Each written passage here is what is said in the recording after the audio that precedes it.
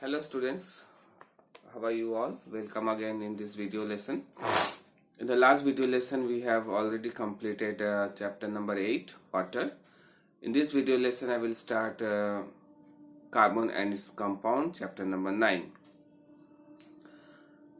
So it is very familiar thing with this word carbon. This carbon you have already know. This is the sixth element in our periodic table. Okay, so it has it is having atomic number 6. So it is having 6 protons, 6 electrons, and since its mass number is 12, so its number of neutrons is also 6. This carbon you can find in everywhere. In every constituent around us we have this carbon in them, like sugar, wood, paper, cloth, etc., medicine, soap, anything, all the fuels. Carbon is the fourth most abundant element in this universe after hydrogen, helium and oxygen. Carbon is also found in both free state and in combined state. In free state, carbon is found in the form of diamond, graphite, coal, etc.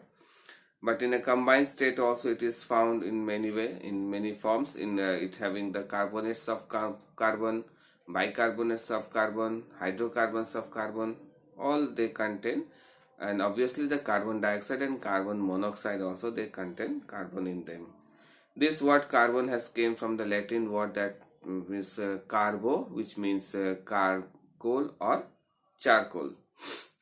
In the combined state, for example, we can say that limestone, calamine, washing soda, baking soda, all these are having carbonates and bicarbonates of that contain carbon in them.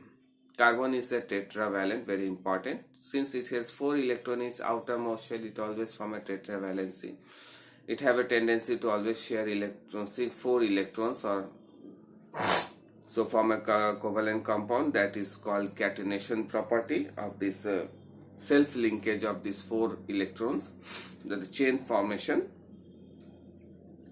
All the complex molecules found in this living organisms like RNA, DNA, enzymes contain carbon in them. So chemistry in which the branch of chemistry in which study about this carbon and its compound is called organic chemistry. So we are now into the organic chemistry.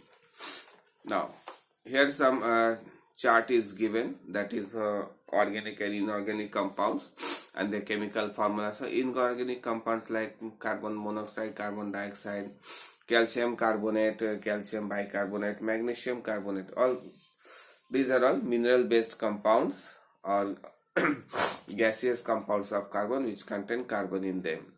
But organic like methane, hydrocarbons, ethane, alcohol, methyl alcohol, ethyl alcohol, acid, carbonic acid, acetic acid, formic acid. In sugar, different form of sugars like glucose, maltose, sucrose, starch, all contain carbon in them.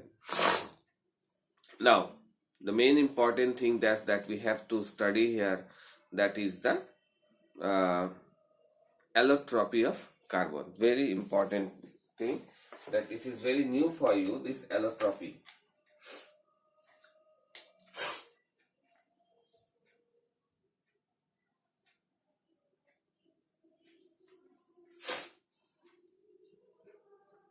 Allotropy of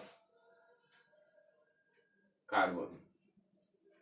What is, first of all, you should understand what this word called allotropy. Allotropy means it is a physical existence of forms of any element in the which have different physical properties but have the same chemical properties. They are called allotropy.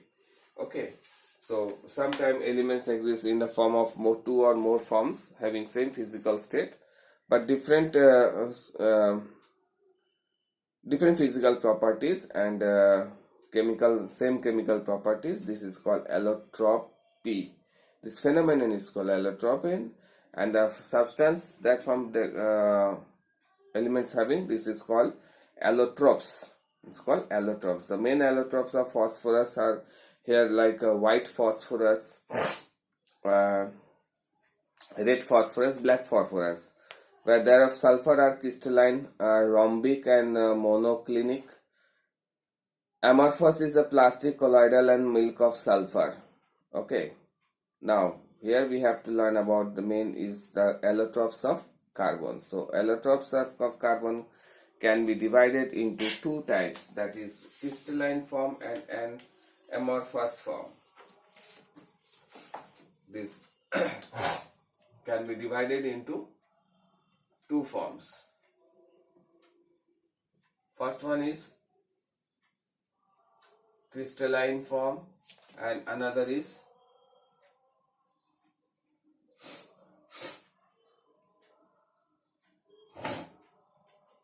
amorphous form.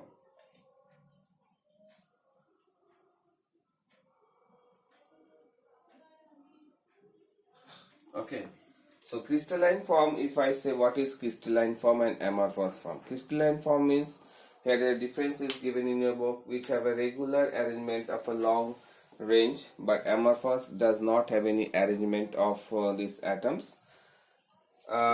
Crystalline form means they have definite shape, size and forms different structures also. Next is they do not have definite geometrical forms. In amorphous they don't have a definite geometrical forms. They have sharp melting point. Amorphous do not have any sharp melting point. They melt over a range of temperature. Crystalline forms, their melting and boiling points are very high, whereas amorphous they have very low melting and boiling point. Crystalline form of carbon is example is diamond, graphite and fullerene, whereas amorphous form is charcoal, coal, lamp black, gas, carbon gas and coke and amorphous. Okay, so main thing is the crystalline, we can have say that it have main thing is one is diamond, second graphite and third is fullerenes.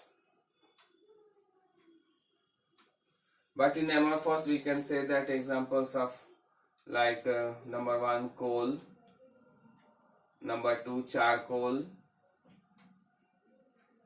number 3 soot, number 4 you can say lamp black,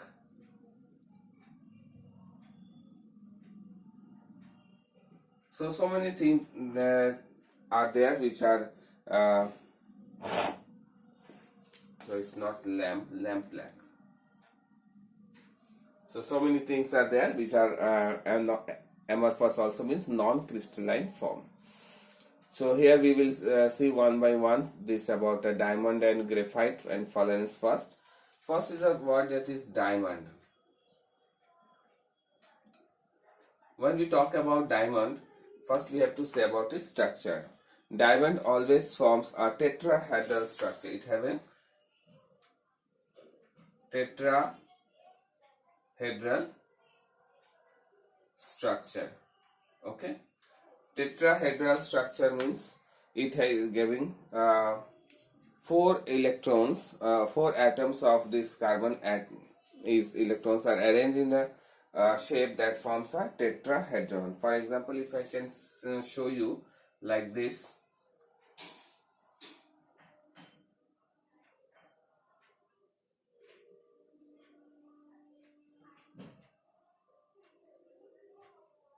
So all these are linked like this.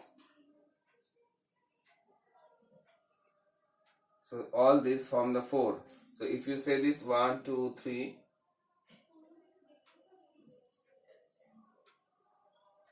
4, from here also if you see,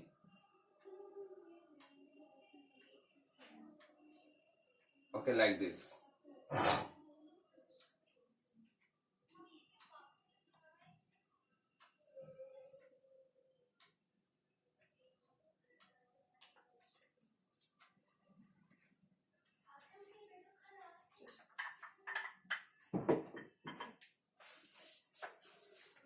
So in this way they form a tetrahedral structure. All these having 4 structures if all.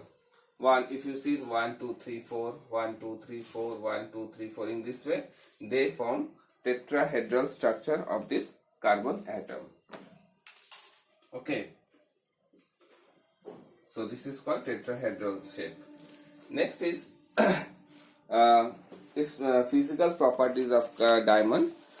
The main physical property diamond is the hardest known substances, as all of you have already studied. This is the hardest known substance. It is colorless and lustrous crystalline. It's transparent and insoluble in any solvent. Its density is 3.5 gram per cubic centimeter. A brilliance and beauty of this diamond and of different shapes and cuttings and polishing, it have very high refractive index. So it is it's very sparkling also. It's a good conductor of heat, but a bad conductor of electricity. It burns at 850 degrees Celsius to 1000 degrees Celsius in air to form carbon dioxide. So in this, on the basis of this property, diamond is also having so many uses. Diamond is used as a precious gems in jewelries. It is used for low quality of diamond, used for cuttings and drillings of rocks and glasses also. It is used in the manufacture of very thin wires such as tungsten wire for use of a filament of electric bulbs. Okay. Now next is the graphite. Very important. This is a graphite. Another is a graphite.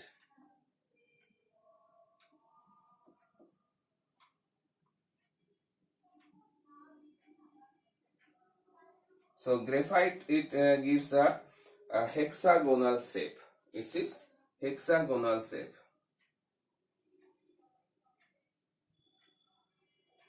Hexagonal shape or structure means it gives hexagon means 6 atoms are arranged.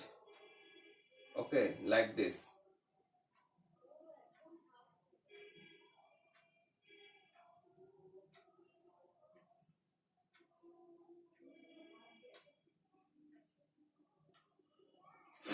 Below this, another 6.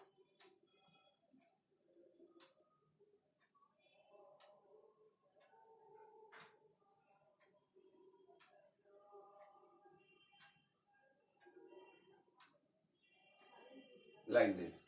Again below this structure, another 6 also arranged like this. See?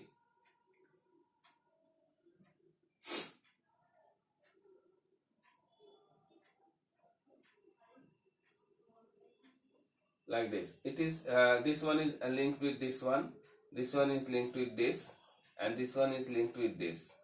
Okay, when you join them, they also form a hexagonal shape. So this one is linked with this, and this goes to the downwards, and this. So this structure makes it very soft.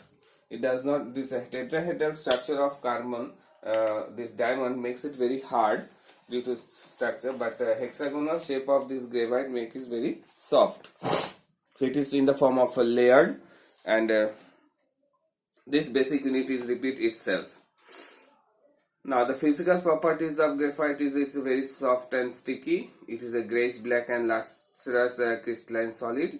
It is insoluble in most solvent. Density is 2.09 to 2.3 gram per cubic centimeter. It is the most allotropic form of carbon. It is a good conductor of heat and electricity also. It burns in air at 800 degrees Celsius. Uses: since it is very soft and it leaves mark on paper, so it is used as a lead of a pencil. Since it is a good conductor of electricity, it is also used as electrodes in dry cells and also used in an electrolysis process. It is all used in a nuclear reactor because it is slow down the or control the speed of neutron reactions. It is used in a lubricant in machines as it's very soft and sticky. Okay, and it is used for making pigments of polishes and paints.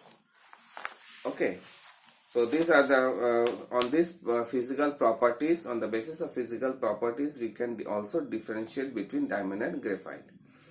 Next, a crystalline form of this diamond is the fullerene. Fullerene means what? It is a form of carbon consisting a series of carbon atoms. About 300 to 900 fullerenes are there. Fullerenes can be found in the form of hollow sphere that is called buckyball. So it is Buckminster Fullerenes found it first time. So this Fullerenes is also called Buckminster Fullerenes or buckyball. Fullerenes may also be cylindrical and called a carbon monotubes. The physical properties of the two structure of buckyball and carbon monotubes are given in the book. You can see the structure. Now the physical properties of fullerenes is found in the nature in small quantities. They can be found in shoot, interstellar dust and geometrical formations of Earth. Their color depend on the number of carbon atoms present in them. They are soluble in many solvents. Uses of fullerenes. After use for are listed below here. They are used as insulator. They are used as a catalyst. They are also used in a semiconductor in computer and flat screen TVs. Some fullerenes used as a superconductor also. So this is all about the crystalline form of carbon. So that gives a fixed geometrical shape. We have seen this diamond, graphite and Buckminster Fullerenes. The next video lesson we will see the amorphous form of carbon. Okay, and we will also see the one by one the different the types of and their uses, etc. So thank you students for watching this video. See you again next video lesson. And if you find any doubt while watching this video, you can ask me in your online class also. Thank you very much.